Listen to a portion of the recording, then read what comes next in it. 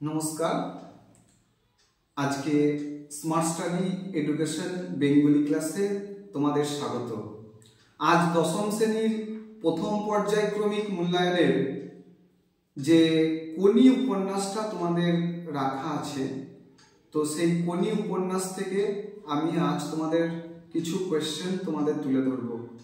তো দেখো, প্রখ্যাত সাহিত্যিক মতি নন্দীর কোনি উপন্যাসে দেখানো হয়েছে একটা নিম্ন মধ্যবিত্ত পরিবারের মেয়ের জীবন কাহিনী, যে প্রথম থেকেই বিভিন্ন দারিদ্রতার সম্মুখীন এবং কিভাবে তার জীবনে লড়াই করে বেঁচে থাকতে হয় এবং প্রতিযোগিতায় কিভাবে টিকে এবং শেষ পর্যন্ত জিতে যাওয়া, যেটা একমাত্র নিরলস অধ্যবসায়, কঠোর পরিশ্রম এবং একগুঁয়ে জেদ ভাব একটা মেয়েকে তার লক্ষ্যে পৌঁছাতে সাহায্য করেছে। আমরা সেরকমই একটা নিম্ন মধ্যবিত্ত পরিবারের মেয়ের জীবন কাহিনী অর্থাৎ কোনি, সেই কোনি উপন্যাসের আজ কিছু কোয়েশ্চেন আমি তোমাদের তুলে ধরছি। তোমাদের যে 1 থেকে 31 পাতা পর্যন্ত প্রথম পর্যায়ক্রমিক মূল্যায়নের পরীক্ষা হবে, তো আমরা সেখান থেকে কিছু কোয়েশ্চেন আমি তুলে দিচ্ছি। প্রথম লাইনেই তোমাদের কোয়েশ্চেন পড়বে প্রথম পর্যায়ক্রমিক মূল্যায়নে, যে আজ বারুনি গঙ্গায় আজ কাঁচা আমের ছড়াছড়ি। তো কোয়েশ্চেন নাম্বার 1, আজ বারুনি অর্থাৎ বারুনি কি এবং বারুনির দিন গঙ্গাঘাটের দৃশ্য বর্ণনা করো। এই কোয়েশ্চেনটা তোমরা করবে। আর করবে যে আপনি আমার থেকে 4000 গুণ বড় লোক, কিন্তু 4 লক্ষ টাকা খরচ করেও আপনি নিজের শরীরটাকে চাকর বানাতে পারবেন না। বক্তা কাকে কেন এ কথা বলেছিলেন? এই কোশ্চেনটা করবে। প্রথম দিকে লীলাবতী বিদ্রোহ হয়েছিল, এই লাইনটা, লীলাবতীর পরিচয় দাও এবং তার বিদ্রোহী হওয়ার কারণ কি? এই কোশ্চেনটা করবে। করবে খাওয়াই আমার লোভ নেই, খাওয়াই আমার লোভ নেই, ডায়েটিং করি। বক্তাকে তার ডায়েটিংয়ের পরিচয় দাও।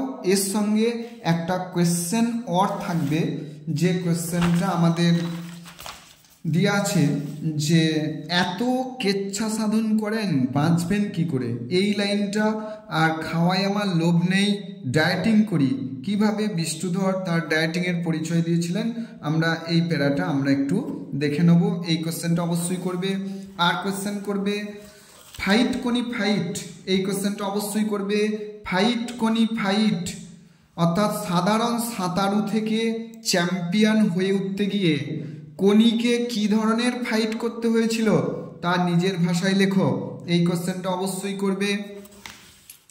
আর করবে এত কেচ্ছা সাধন করেন বাঁচবেন কি করে, এই কোশ্চেনটা আমি একবার রিপিট করেছি, আবার একবার বলছি। এত কেচ্ছা সাধন করেন বাঁচবেন কি করে, কে কোন প্রসঙ্গে কাকে কথাগুলো বলেছিলেন এবং উদ্দিষ্ট ব্যক্তির কেচ্ছা সাধনের বর্ণনা দাও। এই কোশ্চেনটা করবে।